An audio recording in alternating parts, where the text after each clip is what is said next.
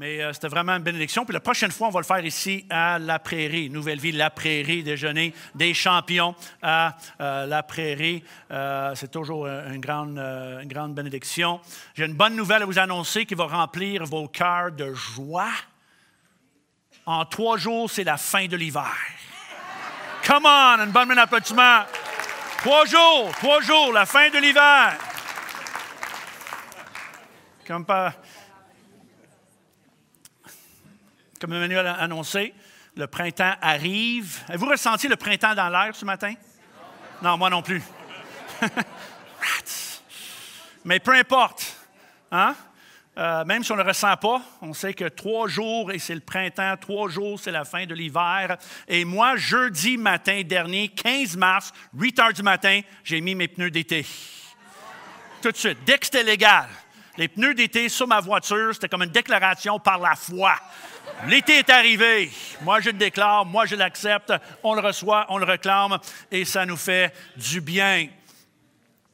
Le week-end passé, j'étais en Haïti pour une conférence pour 3 choses, 3 projets, si vous voulez. Le week-end dernier, j'étais en Haïti pour 2 jours d'enseignement, 2 journées complètes d'enseignement intense que j'ai donné à 300 pasteurs et leaders de mouvements qui étaient réunis pour un enseignement. C'était un peu comme un cours ETF condensé. C'était vraiment formidable de voir 300 leaders, pasteurs, leaders de mouvements qui étaient réunis en Haïti pour la formation. J'ai aussi visité 2 projets que nous soutenons. Vous savez que quand vous donnez l'argent à l'Église Nouvelle Vie, La Prairie, l'Église Nouvelle Vie Longueuil. C'est pour les biens de l'Église locale, évidemment, mais aussi c'est pour toutes nos missions globales aussi. Et nous avons plusieurs projets qu'on soutient de développement de villages en Haïti, mais j'ai pu visiter 2 projets. Un nouveau, qui est un centre de formation pour les ados qu'on soutient, pour vraiment former des ados après l'école, pour donner les life skills, comme on dit, des habilités de vie. Et aussi un orphelinat qu'on soutient depuis longtemps aussi, avec presque 50 étudiants, jeunes enfants qui sont là orphelins et de les voir bien en santé, net, propre, bien nourris. Donc ça, c'est grâce à votre implication et grâce à votre soutien, ces projets. Et en même temps, dimanche passé, j'ai prêché 2 réunions à une de nos églises partenaires à Pétionville, juste à l'extérieur de Port-au-Prince. Et pour ceux qui étaient irrités dimanche passé parce que vous avez perdu 1 heure de sommeil, moi aussi, j'ai perdu 1 heure de sommeil, mais savez-vous que la première réunion a débuté à 6h30. 6h30, après avoir perdu 1 heure de sommeil. Alors, une réunion à 6h30, une autre réunion à 9h30.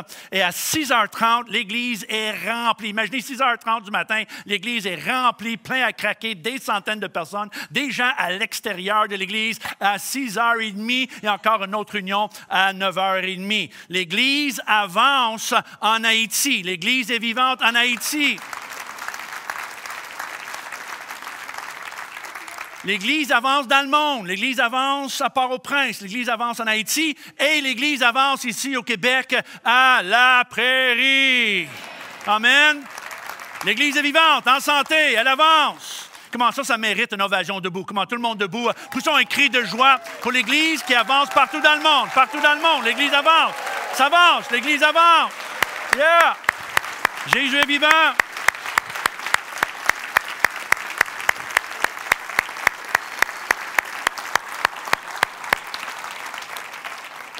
Grande bénédiction. Merci pour vos prières. Merci pour votre soutien aussi pour ces divers projets.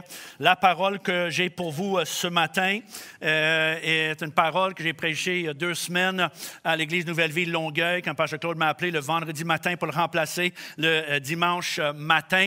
Une parole que j'appelle la foi pour aujourd'hui, qui est fondée ou tirée, si vous voulez, de 2 passages. 2 passages sur lesquels je réfléchis, sur lesquels je lutte en ce moment, Proverbes 26 et Luc 18. Ces 2 passages qui m'enseignent la foi, qui nous enseignent la foi biblique, la foi qui marche, la foi que Dieu recherche chez moi, chez nous, et qui, malgré d'avoir été écrit par 2 personnes différentes, en 2 époques différentes, il y a des milliers d'années, il nous enseigne la foi essentielle pour les jours dans lesquels nous vivons là en 2018. Ça, c'est le merveille de la parole de Dieu, écrit il y a longtemps par 2 écrivains différents différent, dans 2 époques différentes, mais ça nous parle là en 2018. Et moi, je crois que ces 2 passages nous enseignent la foi essentielle, ou ce que j'appelle la foi pour aujourd'hui. D'abord, nous allons commencer avec Proverbe 26. Et c'est un proverbe contre l'insensé. C'est une parole qui expose l'insensé et lui condamne pour qui il est d'une façon catégorique et sans épargner les mots. Alors, ça commence avec ces mots. « Comme la neige en été, ainsi la gloire ne convient pas à un insensé. Le fouet est pour le cheval, le morse pour l'âne et la verge pour le dos des insensés. Ne réponds pas à l'insensé selon sa folie, de peur que tu ne lui ressembles toi-même. Réponds à l'insensé selon sa folie, afin qu'il ne se regarde pas comme sage. » Ça semble être une contradiction, hein? Est-ce qu'on répond ou on ne répond pas? All right? Il dit « réponds pas », après ça, il dit « réponds », mais c'est une façon de dire que peu importe ce que nous disons à un insensé, on ne peut pas gagner. Si on répond, on ne gagne pas. Si on ne répond pas, on ne gagne pas. On ne peut pas gagner. Il va mal comprendre et nous allons être frustrés, peu importe la façon qu'on parle à un insensé. Il continue.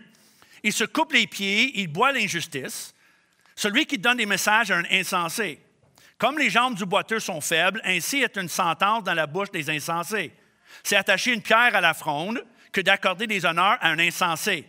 Comme une épine qui se dresse dans la main d'un homme ivre, ainsi une sentence dans la bouche des insensés. Comme un archer qui blesse tout le monde, ainsi est celui qui prend à gage les insensés. Comme un chien qui retourne à ceux qui l'ont vomi, ainsi est un insensé qui revient à sa folie. » Alors, quand j'ai lu ça sur l'insensé, j'avais 2 réactions. Quand j'ai lu ce passage il y a quelques semaines, la première réaction était « Yes! » Car j'ai pensé à tous les insensés que j'ai connus depuis 33 ans de ministère et que je connais encore aujourd'hui, qui m'ont donné tellement de misère. Alors, quand j'ai lu ça, j'ai pensé à tous ces insensés-là, puis j'ai dit « Yes, exact, donne-y, expose-les, les insensés. » Et ils sont parfaitement condamnés dans ce passage. Ma deuxième réaction était « Ce texte n'a aucun rapport avec moi. » Hein? Première réaction. Car personne ne lit ces mots pensant que l'insensé, c'est lui. Même pas l'insensé. Hein, il faut avouer ce matin, vous avez tous pensé à quelqu'un pendant que je lisais le texte, mais personne ne disait « il parle de moi ». Comment, sois honnête là. Hein? Pendant que je lisais le texte sur l'insensé, la personne a dit « il parle de moi ici ». Non, personne ne pense qu'on parle de lui, même pas l'insensé, mais nous avons tous pensé à quelqu'un qu'on connaît. Hein? Comment, sois honnête ici, laisse-moi pas tout seul. C'est notre réaction. Alors moi, je suis dit, moi non plus, quand j'ai lu ça, j'ai pensé à des personnes que je connais, mais je n'ai jamais dit, mais c'est moi. Moi, je me suis dit, mais merci Seigneur que moi, je ne suis pas un insensé. Moi, je suis un homme relativement intelligent, je suis un homme éduqué, capable, j'ai une certaine compétence. Marc Lecomte n'est pas un insensé, il est un homme fiable, il est discipliné, il est connaissant. Mais la brillance de ce proverbe est dans le prochain verset, parce qu'après tout ce qu'il écrit sur l'insensé, il termine avec, si tu vois, verset 12, si tu vois un homme qui se croit sage, il y a plus à espérer de l'insensé que de lui. Ouch! Piégé! Embuscade! Il m'a eu. It was a setup. En fin de compte, c'est moi l'insensé. C'est brillant. Il écrase l'insensé pour enfler mon orgueil et flatter mon ego pour à la fin révéler que moi je suis pire qu'un insensé. Et la conviction du Saint-Esprit est tombée sur moi comme une tonne de briques. Et j'ai tout de suite compris qu'à chaque fois que je me crois sage, que je me trouve bon et fin et connaissant et juste et mieux qu'un autre, je ne suis pas un insensé, je suis pire qu'un insensé. Quand je suis rapide à juger mon prochain, à passer mon temps à critiquer les autres, à nommer les péchés chez les autres, à souligner leurs déficiences, leurs faiblesses, les choses que je n'aime pas chez eux, à chaque fois que je parle de leurs échecs d'une façon hautaine, mais entièrement aveugle à ma propre corruption, mes propres idoles, mes propres faiblesses, mes propres échecs, mes propres angles morts, blind spots, que je ne vois même pas, je suis pire qu'un insensé. Quand je me fie sur mon expertise, mon expérience, ma sagesse, ma connaissance, mes dons, mes talents, ma capacité professionnelle, et que j'agis comme si je n'ai pas besoin de personne, ni Dieu, je suis pire qu'un insensé. quand je m'isole des autres et n'écoute aucun conseil et que je pense que je suis capable tout seul, je suis pire qu'un insensé. Quand j'échange la dépendance pour l'indépendance, je suis pire qu'un insensé. Et surtout, quand je néglige Dieu, je néglige sa maison, je néglige sa parole, je néglige sa voix, je néglige la prière et tout ce que Dieu m'offre comme aide, conseil, soutien et puissance. Je ne suis pas un insensé, je suis pire qu'un insensé. Alors bravo à l'écrivain, il m'a eu.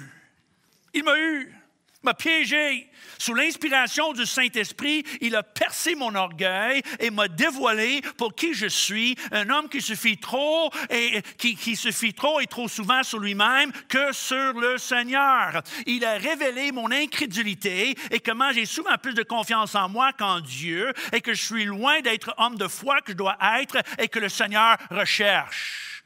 Laisse-moi pas tout seul ici en avant, là. Parce qu'il y en a d'autres qui sont comme moi. Il m'a eu. Et ça, c'est ce qui nous amène à Luc 18. Un beau compliment au Proverbe 26. Proverbe 26 parle de l'insensé, mais celui qui est pire que l'insensé.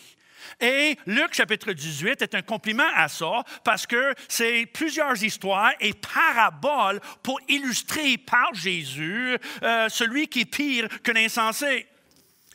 Luc 18 est un chapitre formidable sur l'humilité, la dépendance et la prière, ainsi que l'essence de la foi véritable, la foi qui marche, et le remède pour celui qui est pire que l'insensé. Et c'est en Luc 18 où nous trouvons ce que j'appelle la question de l'heure, the question of the moment, demandée par Jésus. Luc 18, 8, il est sur l'écran. Jésus demande cette question. Quand le Fils de l'homme viendra, trouvera-t-il la foi sur la terre?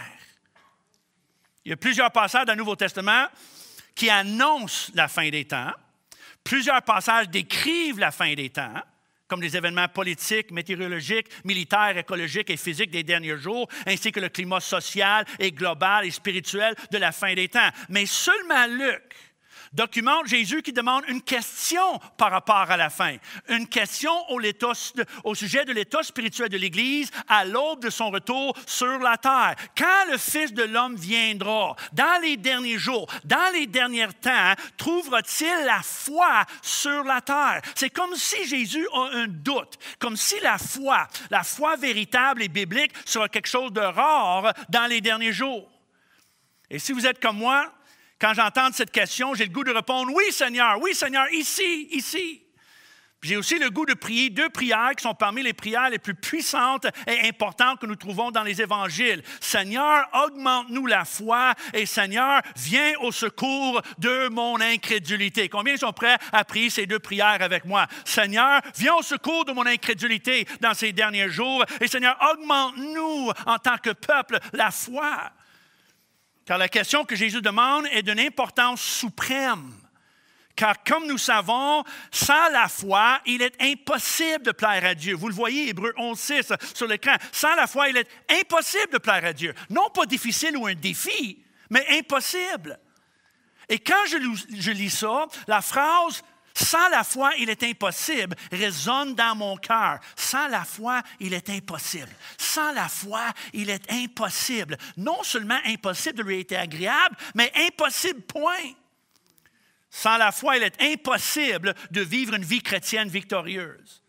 Sans la foi, il est impossible de faire face aux défis parfois gigantesques de la vie avec détermination et courage. Impossible de passer à travers les tempêtes avec mon témoignage intact. Sans la foi, impossible de résister à la pression intense des tentations diaboliques et autres. Impossible de vivre pleinement la puissance du royaume de Dieu. Sans la foi, impossible d'accomplir la mission que Dieu m'a donnée et d'arriver sain et sauf à ma destinée. Impossible de réclamer les promesses de Dieu et les appliquer à ma vie. Impossible de sortir de la boue, de la déprime, de l'apitoiement et du découragement. Sans la foi, impossible de vivre au-delà des pensées et des émotions négatives et destructrices qui cherchent à me paralyser. Impossible d'obtenir une réponse à mes prières, à témoigner des miracles et à appliquer toutes les richesses et bénéfices de notre si grand salut à ma vie. Sans la foi, impossible de voir Jésus qui brille comme le soleil juste de l'autre côté des nuages. Sans la foi, il est impossible. Impossible. Sans la foi, impossible. L'écrivain ne peut pas être plus clair. Sans la foi, il est impossible. Et la question de Jésus non plus. Quand le Fils de l'homme viendra, trouvera-t-il la foi sur la terre? Alors, comment savoir si j'ai la foi que Jésus recherche? Jésus demande la question aujourd'hui. Jésus recherche la foi. Alors, comment savoir si j'ai la foi que Jésus recherche? La foi rare selon Jésus. Comment savoir si je pratique la foi qui est agréable à Dieu? Comment est-ce que cette foi est vécue, exprimée et pratiquée? Mais je crois que Luc nous donne la réponse par les histoires et les paraboles qui entourent cette question. D'une façon formidable, Jésus nous donne la réponse à sa propre question, toute bien documentée par Luc. Car la chose intéressante est que Jésus demande cette question à la fin de son histoire sur la veuve avec le juge inique. La veuve, une personne entièrement dépendante sur un autre pour la justice et qui demande avec détermination jusqu'à temps qu'elle reçoit, sachant que sans l'intervention de quelqu'un plus haut qu'elle, elle n'a aucune chance. Je lis une partie de cette parabole-là. Il y avait aussi dans cette ville une veuve qui venait lui dire « Fais-moi justice ». Pendant longtemps, il refusa.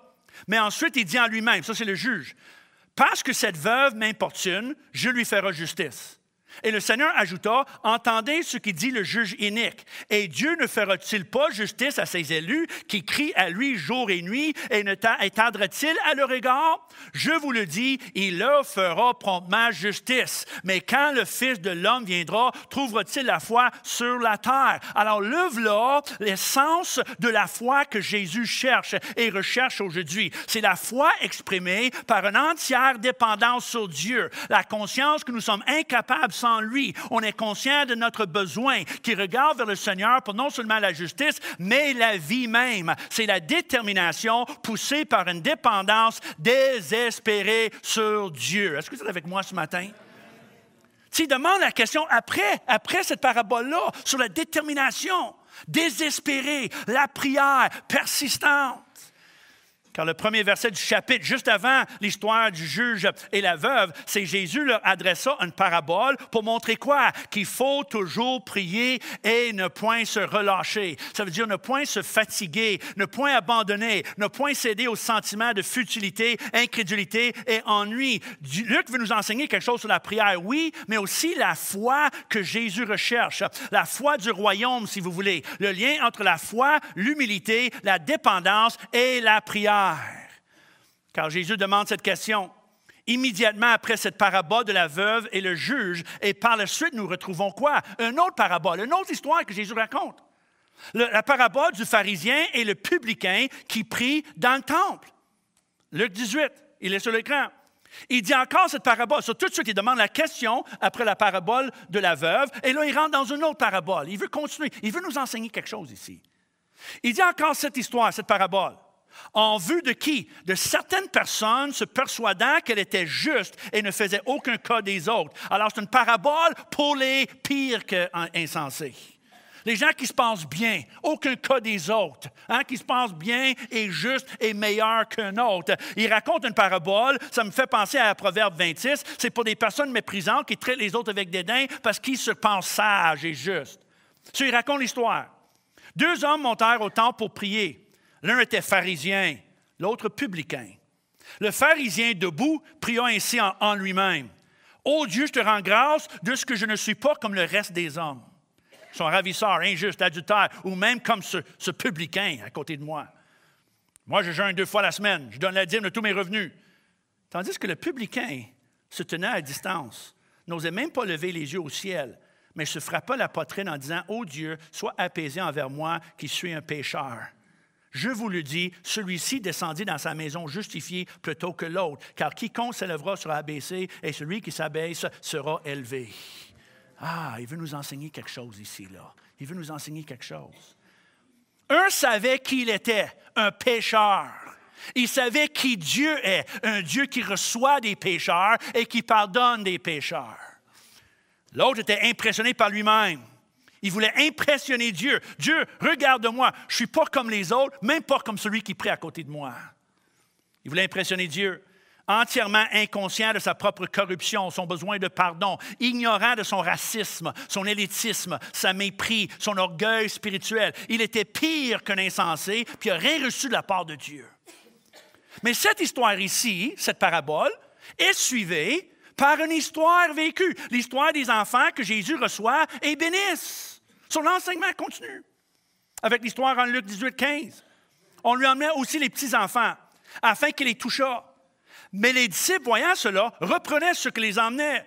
Ils disaient, non, il n'y a pas de temps, il n'y a pas de temps pour les enfants, le maître. Mais Jésus les appela en disant, laissez venir à moi qui? Les petits-enfants. Ne les empêchez pas, car le royaume de Dieu est pour ceux qui leur ressemblent. Je vous le dis en vérité, quiconque ne reçoit pas le royaume de Dieu comme un petit enfant, n'y rentrera point. Il veut nous enseigner quelque chose encore pour accéder et réclamer les bénédictions du royaume. Il dit, il faut qu'on s'approche de Dieu comme un enfant. Alors, qu'est-ce que les enfants représentent ici? Est-ce que les enfants représentent pureté et innocence? Il y en a qui vont dire, oui, il faut rentrer comme un enfant, pur et innocent. Alors, combien c'est que les enfants ne sont pas innocents? Les seules personnes qui croient que les enfants sont innocents sont ceux qui n'ont pas d'enfants. Là, qui pensent, les enfants, c'est innocent, c'est pureté. Non! Vous savez comme moi, ce n'est pas long après la naissance qu'on détecte la nature pécheresse, l'égoïsme, la colère, le désir pour l'attention. Un bébé, quand un bébé n'a pas ce qu'il veut, il pleure, il crie, il tape ses mains et ses pieds. C'est pour ça que les bébés sont nés tout petits.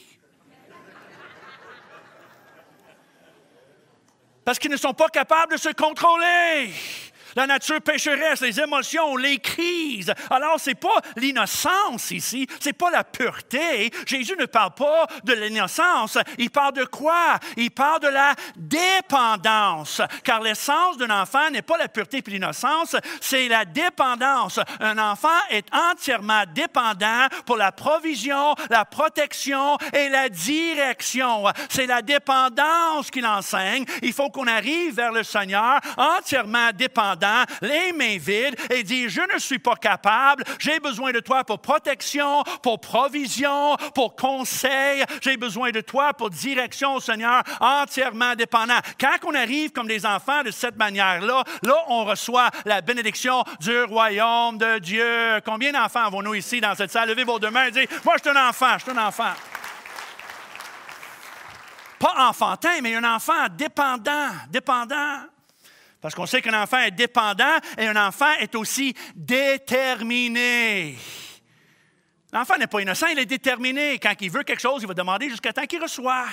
Qui me fait penser à l'histoire d'un pasteur ami, que tout le monde était couché dans le lit, puis là, le petit garçon qui a crié « J'ai soif ».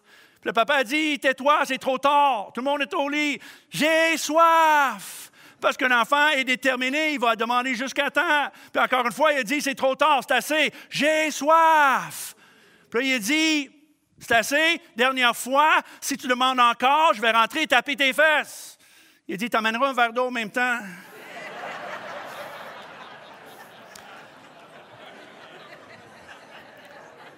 C'est ce qu'on appelle détermination.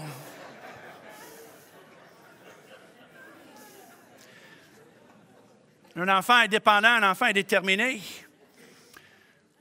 Alors, juste avant la grande question sur la foi, il y a une histoire de dépendance. Et après la question, une illustration de la dépendance avec les enfants sur ses genoux. Il vient nous enseigner la veuve, il vient nous enseigner le publicain, il vient de nous enseigner sur s'approcher du royaume de Dieu comme un enfant. Mais il n'est pas fini encore. C'est suivi par l'histoire du jeune homme riche. Vous connaissez l'histoire. Un jeune homme riche qui arrive encore, un homme impressionné par sa moralité, par son obéissance. Il dit, Maître, j'ai oublié les commandements depuis mon enfance. Moi, je suis un homme pieux, un homme bien, un homme moral. Alors, il est fier de lui-même. Vous connaissez l'histoire? Mais il refuse l'invitation de Jésus de tout laisser pour le suivre. Il y a une partie de l'histoire sur l'écran. Jésus lui dit, c'est bien que tu gardes tous ces commandements, tu es un homme moral, spirituel et tout, là, mais vends tout ce que tu as, distribue-le aux pauvres, et tu auras un trésor dans les cieux. Puis viens et suis-moi. Mais lorsqu'il entendit ces paroles, il devient tout triste, car il était très riche. Jésus, voyant qu'il était devenu tout triste, dit, « Il est difficile à ceux qui se fient sur des richesses d'entrer dans le royaume de Dieu. » Un autre qui était fier de ses accomplissements religieux, il était fier de sa moralité, mais il manquait une chose, cet homme-là, la dépendance. Alors Jésus lui demande d'abandonner la chose sur laquelle il appuyait son argent, d'échanger son indépendance pour la dépendance, pour la foi, par la foi. Mais il ne voulait pas. Il faut comprendre ici. Ça, c'était un appel précis à lui. Quand on lit ce texte-là, il y en a qui pensent, mais nous sommes tous appelés à faire la même chose. Hein? Tout vendre, tout vider nos comptes de banque et suivre Jésus. Non, ce n'est pas un appel à tous et chacun de nous de vider nos comptes de banque et vivre comme des sans-abri. C'est un appel précis à lui de faire comme les autres disciples. Il faut comprendre, il y en a qui vont dire, « Ouais, mais c'est un peu injuste de dire à lui, vends tout et suis-moi. » Mais c'est exactement ce qu'il avait dit aux 12 hommes en arrière de lui. C'était un appel précisément pour lui, pour dire, vends tout. Et parce que Jésus voyait quelque chose en lui. Il voyait le potentiel d'être un disciple, de faire quelque chose pour le royaume de Dieu. Alors il a dit, tu vois ces 12 hommes en arrière de moi, ils se sont tous vendus pour me suivre. Moi, je te demande de faire la même chose. Jésus ne voulait pas 12 disciples, il voulait 13 disciples. Alors, il dit, vends tout, suis-moi et on va changer le monde. Mais lui a manqué l'opportunité d'une vie. Il aurait pu suivre le Seigneur, il aurait pu être nommé parmi les disciples, il aurait pu peut-être implanter des églises, fonder des églises, il aurait pu peut-être contribuer au Nouveau Testament, on a reconnu son nom comme on connaît le nom des autres, mais non, il ne voulait pas échanger sa dépendance pour l'indépendance. Il ne voulait pas prendre le pas de foi, parce que c'est littéralement en grec, quand il dit « suis-moi », la phrase complète est « prends un pas vers en avant et suis-moi, come forward ». Mais au lieu de prendre un pas en avant, il a pris un pas en arrière parce qu'il n'avait pas la foi de dépendre entièrement sur le Seigneur. Il a manqué l'opportunité d'une vie. Et combien sont d'accord avec moi de répondre à l'appel de Jésus, peu importe le coup, est toujours un pas vers en avant, le prochain niveau, et c'est d'échanger. Alors ça, c'est un appel précisément à lui, mais il y a quand même une leçon claire de la foi que Jésus cherche. C'est la foi que peu importe notre statut, reconnaît que Jésus est notre source. Et il ne faut jamais laisser notre manque de dépendance voler une occasion de faire des grandes choses pour Dieu. Est-ce que je peux entendre l'amène à cela? Tu sais, il nous enseigne quelque chose. Sur quoi qu'on se fie plus que Jésus? En quoi que nous mettons notre confiance plus qu'en Jésus et sa parole? Est-ce qu'on est paralysé par notre dépendance sur autre chose que sur la voix de Jésus et l'appel et l'invitation de Jésus? Il ne faut pas manquer les opportunités. Et cette histoire-là est suivie par une autre histoire. L'histoire d'un mendiant aveugle sur le bord du chemin qui crie « Jésus, aie pitié de moi ». Il est sur l'écran. Comme Jésus approchait de Jéricho, un aveugle était assis au bord du chemin et mendiait. Entendant la foule passer, il demandait ce qui c'était. Puis on lui dit, c'est Jésus de Nazareth qui passe. Puis il criait, Jésus, aie pitié de moi. Ceux qui marchaient devant le reprenaient pour le faire taire, un peu comme ils ont fait avec les enfants. Mais il criait beaucoup plus fort, Fils de David, aie pitié de moi. Jésus s'étant arrêté, ordonna qu'on lui amène. Et quand il fut approché, il lui demanda, que veux-tu que je fasse? Carte blanche. Qu'est-ce que tu veux que je fasse? Puis il répondit, Seigneur, que je recouvre la vue. Et Jésus lui dit quoi? Recouvre la vue, ta foi t'a sauvé. Encore la foi.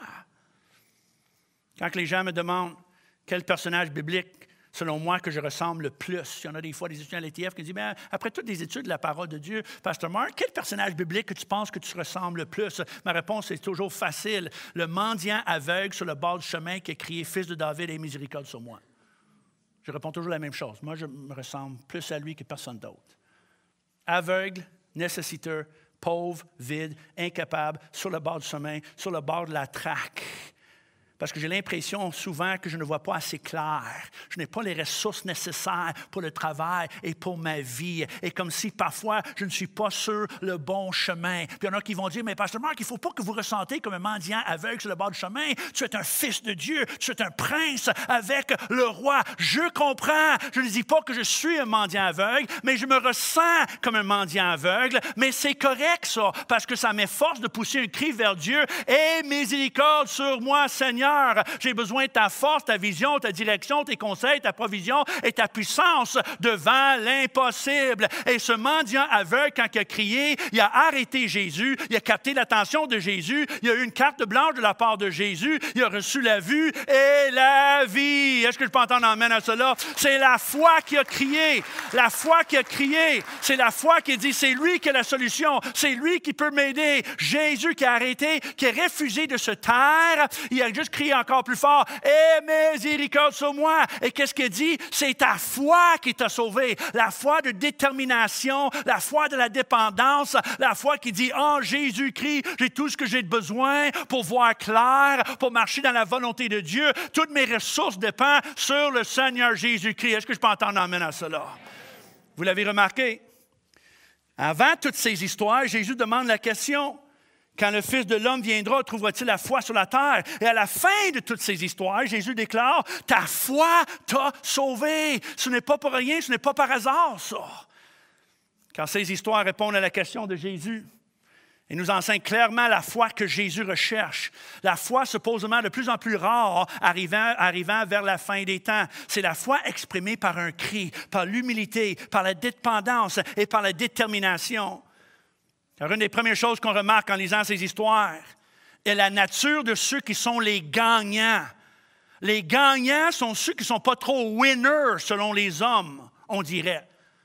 Qui sont les gagnants? Qui sont les winners dans ces histoires? La veuve, les enfants, le publicain, le mendiant aveugle. Ça veut dire que les winners sont les vulnérables, les petits, les personnes entièrement dépendantes et conscientes de leur état nécessiteux et de leurs besoins d'aide. Et c'est eux qui reçoivent de la main du Seigneur. C'est eux qui reçoivent une réponse, une porte ouverte, une provision, un miracle, le pardon, la vue et la vie. Et qui sont ceux qui partent les mains vides? Qui sont les losers, si vous voulez, dans ces histoires, qui partent les mains vides, qui ne reçoivent rien de la part de Dieu? C'est le pharisien. C'est le jeune homme riche qui ne voulait pas échanger son indépendance et son autonomie pour un état vulnérable, pour répondre à l'appel de l'entière dépendance sur Christ. Et même les disciples, les élites aussi sont un peu les losers dans ces histoires-là, parce que les élites méprisent les enfants, pensant qu'ils n'étaient pas dignes du maître. Et Pierre qui se vante de ces grands sacrifices qu'il a faits avant que Jésus lui mette à sa place. Parce qu'immédiatement, suivant l'histoire du jeune homme riche, les autres disciples étaient tous là, hein? Puis ils regardaient, puis ils voyaient le jeune homme riche, puis ils voyaient l'appel que Jésus a lancé au jeune homme riche. Viens avec la gang ici. Puis tout ensemble, là, on va changer. Puis il entendait ça, puis il entendait aussi la réponse du jeune homme riche. Alors tout de suite après, Pierre, la nature humaine, hein? La nature humaine. Il pensait mieux que le jeune homme qui est refusé de sacrifier et suivre. Alors qu'est-ce qu'il dit? Pierre dit, voici Jésus, nous avons tout quitté. Nous avons tout quitté pour te suivre. Hein? Pensant encore, nature humaine. Ah, il pensait mieux que l'autre. Hein? Quand Jésus, nous l'a fait, nous on a répondu. Tu vois comment on est bon? Jésus leur dit quoi? Je vous le dis en vérité. Il n'est personne qui, ayant quitté à cause du royaume de Dieu, sa maison, sa femme, ses frères, ses parents, ses enfants, ne reçoit beaucoup plus dans ce siècle ici et dans le siècle à venir, la vie éternelle. Qui veut dire, tout ce qu'on donne, tout ce qu'on sacrifie pour le Seigneur, on va recevoir au centuple et les bénédictions de Dieu ici et aussi éternellement. Alors, quand on sacrifie, ce n'est pas vraiment un sacrifice, c'est un privilège. Parce que quand on suit le Seigneur et quand on donne et sacrifie et obéit, le Seigneur verse des bénédictions sur nous, sur la terre et au ciel. Comment un bon applaudissement pour un Seigneur qui bénit, qui bénit, qui bénit. So, encore une fois, dans cette histoire-là, il ne permet pas que quelqu'un, même pas Pierre ne pouvait pas dire, mais tu vois, Seigneur, nous on a répondu, pas comme le jeune homme riche, on a tout sacrifié, on a tout. Même là, il dit, calme-toi, Pierre, calme-toi. OK? Sois pas enflé d'orgueil parce que tu es meilleur que l'autre, parce que toi, tu vas plus loin que l'autre, parce que toi, tu donnes plus que l'autre, parce que toi, tu sacrifies pour l'autre. Encore une autre histoire sur « Soyez pas enflé d'orgueil. Pensez pas que vous êtes meilleur que, pire que l'insensé. » Là, il était pire que l'insensé. Hein? Celui qui se pense sage, juste, bon, il était un peu comme le pharisien. Tu vois, moi, je suis mieux que... Il dit « Non, Pierre, c'est vrai, tu as tout lâché pour me suivre, mais est-ce que tu comprends la bénédiction qui est là? » Une bénédiction beaucoup, beaucoup plus que possession monétaire ou argent. Les bénédictions du royaume de Dieu. Il y a une leçon puissante dans ces histoires et une bonne raison pour laquelle Luc les colle ensemble. Il veut nous enseigner que le royaume de Dieu n'est pas comme le royaume du monde et qu'avec Jésus, les faibles sont forts, les pauvres sont riches, les petits sont grands, les losers sont les winners et ce sont les pécheurs qui sont pardonnés et justifiés. Au moins ceux qui savent qu'ils sont pécheurs. Wow! Bonne main d'applaudissement pour le royaume de Dieu. Mais si, c'est moi, ça. C'est moi. C'est Blaise Pascal qui a dit deux types de personnes dans le monde. Les justes qui savent qu'ils sont pécheurs et les pécheurs qui pensent qu'ils sont justes. Ça, c'est bien dit, ça.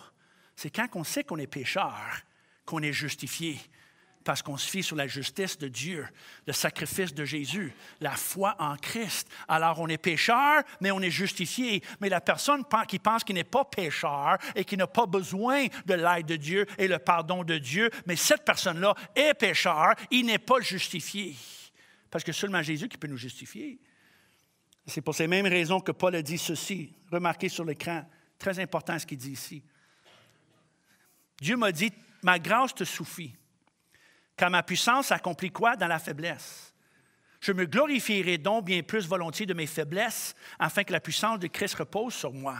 C'est pourquoi je me plais dans les faiblesses, les ouvrages, les calomnies, les persécutions, les détresses pour Christ. Car quand je suis faible, c'est alors que je suis fort. Il a compris quelque chose. Dans ma faiblesse, je suis fort parce que je suis dépendant sur le Seigneur. Puis c'est pour ça que Jésus a dit en Jean 9. Puis Jésus dit, je suis venu dans ce monde pour que ceux qui ne voient point voient. Et que ceux qui voient deviennent aveugles. Quelques pharisiens qui étaient avec lui, ayant entendu ces paroles, ils disent, nous aussi, nous sommes aveugles. Ils savaient qu'il parlait de eux. Jésus leur répondit, si vous étiez aveugles, vous n'aurez pas de péché. Mais maintenant, vous dites, nous voyons, c'est pour cela que votre péché subsiste. Hein, c'est une autre façon de dire, celui qui pense sage, celui qui pense qu'il voit, ne voit rien. Celui qui pense sage est pire qu'un insensé. C'est quand on avoue qu'on est aveugle, qu'on voit, parce qu'on dépend sur le Seigneur pour la vraie vision. C'est ça que ça dit en Apocalypse 3 aussi. Tu dis, je suis riche, je me suis enrichi, je n'ai besoin de rien. Mais tu ne sais pas que tu es malheureux, misérable, pauvre, aveugle et nu. Celui qui pense qu'il y a tout, il n'y a rien. Parce qu'on a seulement tout quand on réalise qu'on n'a rien. Et c'est Jésus qui comble tout ce que nous avons besoin. Est-ce que je peux entendre l'amène à cela? C'est Greg Groeschel qui a dit, Satan rend faibles les hommes forts. Ça, c'est vrai, ça, par la tentation, par les pièges, mais Dieu rend fort les hommes faibles. Non pas faibles dans le sens de mou, timide, craintif, abattu, mais faibles dans le sens qu'ils avouent leurs besoins de Dieu. Faibles dans le sens qu'ils ont conscience de leurs manquements, leurs tendances pécheresses, leur incapacité sans l'aide de Dieu. Billy Graham, un des grands prédicateurs de l'histoire du christianisme des derniers 2000 ans, qui est décédé il y a quelques semaines, comme vous savez, lui a dit ceci, Billy Graham, moi je ne vais pas au ciel parce que j'ai prêché à des grandes foules. Moi je vais au ciel comme le voleur sur la croix qui a dit dans son dernier souffle, Seigneur, souviens-toi de moi. Hein? Ça c'est bien dit ça. Pas parce que je suis Billy Graham que je vais au ciel, les grandes prédications, les croisades, remplir des stades, télévision et tout ça, et tout le monde connaît mon nom. Non, moi je suis comme le voleur sur la croix qui dit, Seigneur, pardonne-moi, j'ai besoin de toi. Et c'est ça, les mains vides, vulnérabilité. Quand on sait qui on est et qu'est-ce qu'on a de besoin, c'est là qu'on reçoit de la part de Dieu.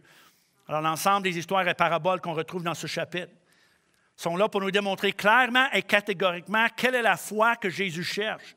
Quelle est la foi qui lui est agréable dans ces derniers jours? Quelle est la foi qu'il reçoit de la main de Dieu? C'est la foi exprimée par la dépendance, pratiquée par la prière. C'est la foi qui regarde vers le ciel pour tout ce qu'il a besoin. La foi qui est consciente de son état nécessiteux et dépendant. C'est indéniable, encore une fois. Quand le Fils de l'homme viendra, trouvera-t-il la foi sur la terre? Et c'est ce qui me pousse à tendre les mains vers Dieu d'une façon parlée et dire, Seigneur, augmente-nous la foi, viens au secours de mon incrédulité. Seigneur, augmente ma foi. Moi, je vais avoir la foi. Ça, de plus en plus, moi, je veux m'approcher de Dieu comme ça. Moi, je veux m'approcher de Dieu comme le publicain qui a besoin de la grâce et le pardon de Dieu puis la pureté que Jésus peut me donner. Moi, je veux m'approcher de Dieu comme un enfant entièrement dépendant sur Dieu pour sa protection et provision et direction. Moi, je veux m'approcher de Dieu comme le mendiant aveugle qui dit « Aie miséricorde sur moi, Seigneur, j'ai besoin de la vision et la direction et tes ressources. Je veux être comme la veuve qui demande et demande et demande, sachant qu'elle n'a rien sans une réponse qui vient d'en haut. Je veux m'approcher de cette façon-là, car je crois que c'est l'essence de la foi que Jésus recherche, la détermination, un cri de cœur que Jésus est tout ce que j'ai besoin et je ne peux rien faire sans lui. Est-ce qu'il y en a d'autres qui sont avec moi ce matin? Levez vos deux mains vers le Seigneur si vous êtes avec moi et dites oui, c'est moi, c'est la façon dont je veux m'approcher du Seigneur. C'est ce que je veux recevoir, son pardon, sa grâce, sa provision, son onction, ses ressources. C'est la foi des derniers jours. Je ne veux pas fier sur moi-même, mes capacités, mes affaires, mes compétences, mais toujours pas être pire qu'un insensé. Jamais juger un autre, mais juger moi-même avant et dire, Seigneur, aie miséricorde sur moi. Que le Seigneur puisse augmenter notre foi de cette façon-là. Qui sommes-nous? Qui pensons-nous que nous sommes si on pense qu'on peut rejoindre cette génération sans l'onction, sans la puissance de Dieu, sans l'aide de Dieu?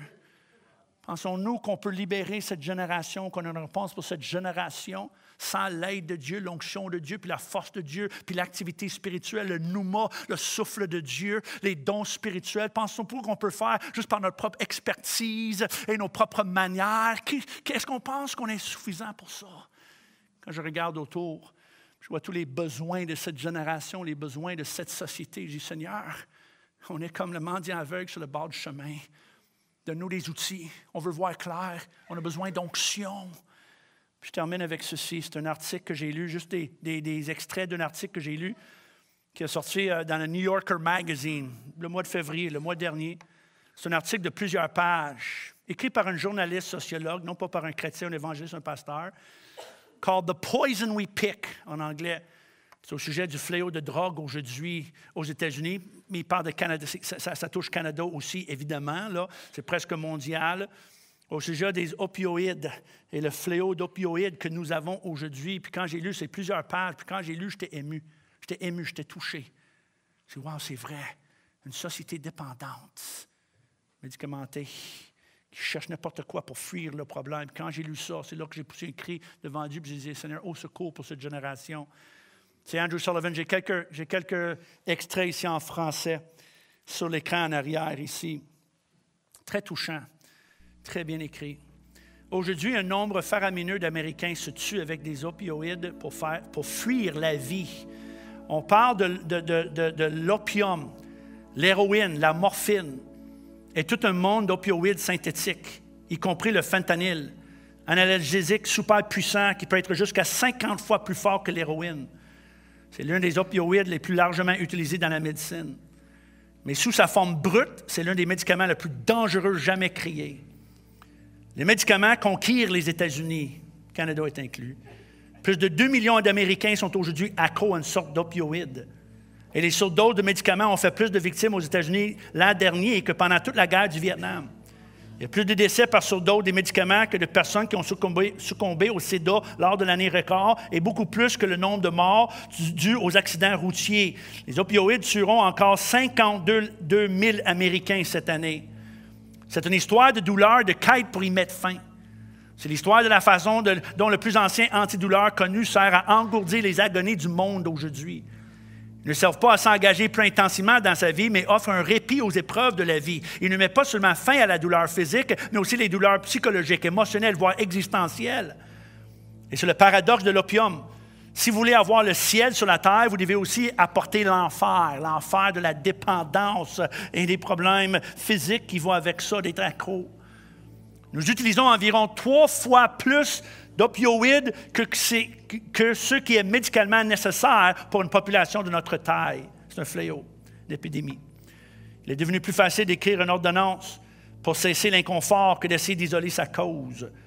Du jour au lendemain, nous avons abandonné presque toutes les méthodes plus onéreuses et laborieuses de traitement de la douleur au profit des pilules magiques. Depuis 2013, les décès par surdose de fentanyl et d'autres opioïdes synthétiques ont sextuplé 6 fois plus. Les décès continuent de s'accumuler, tel un empoisonnement de masse. Malgré que nous atteignions des records d'emploi, le revenu médian des ménages augmente de plus en plus, un sentiment d'insécurité permanente et de vide spirituel s'est répandu. Ce n'est pas un pasteur qui parle ici, c'est un sociologue journaliste.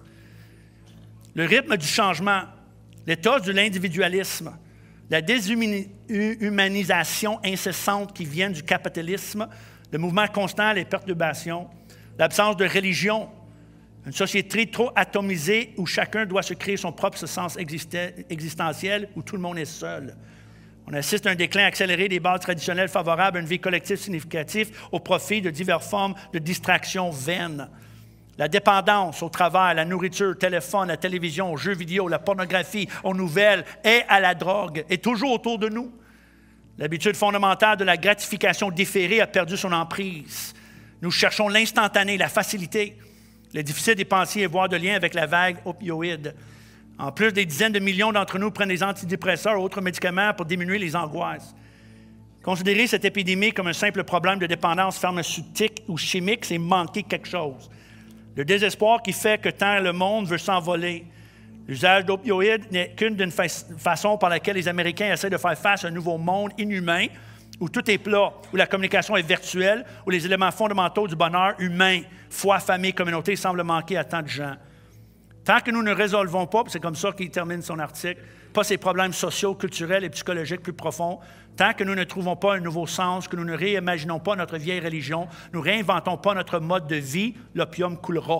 Le trait des joies des opiacés est en train de combler une vide dans le cœur et l'âme de l'homme aujourd'hui.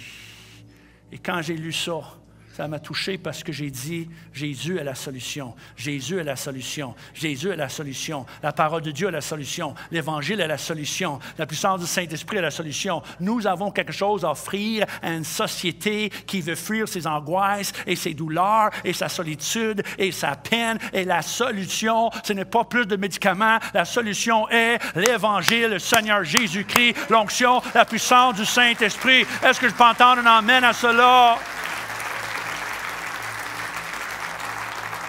C'est là que j'ai dit, au secours Seigneur, aie miséricorde sur nous. On est aveugle pour aider cette génération. On n'a pas les ressources. On est souvent sur le bord du chemin. On a une génération qui cherche de l'aide. Au secours, donne-nous l'onction et puissance et aide et provision, les moyens. On veut voir clair, Seigneur, en tant qu'Église. Aide-nous à aider les autres. Est-ce que je peux entendre un amen à cela? Est-ce qu'on peut se lever tous ensemble d'en arrière jusqu'ici en avant? Et si vous êtes avec moi, levez vos deux mains vers le Seigneur et juste commencer à réclamer une onction, l'aide de Dieu, la direction de Dieu, l'aide de Dieu, Seigneur, au secours. On arrive vers toi comme des enfants ce matin. On est comme la veuve. Seigneur, on est comme, Seigneur, le mendiant aveugle. On arrive vers toi, Seigneur, pour recevoir de ta part. On est des publicains qui disent, Seigneur, pardonne-nous, libère-nous, purifie-nous. Seigneur, on n'est pas, Seigneur, impressionné par notre propre justice et religion et discipline. On ne pense jamais qu'on est meilleur que l'autre, Seigneur. On est dépendant sur toi. On est dépendant sur toi, Seigneur. On ne veut pas se fier sur notre propre sagesse.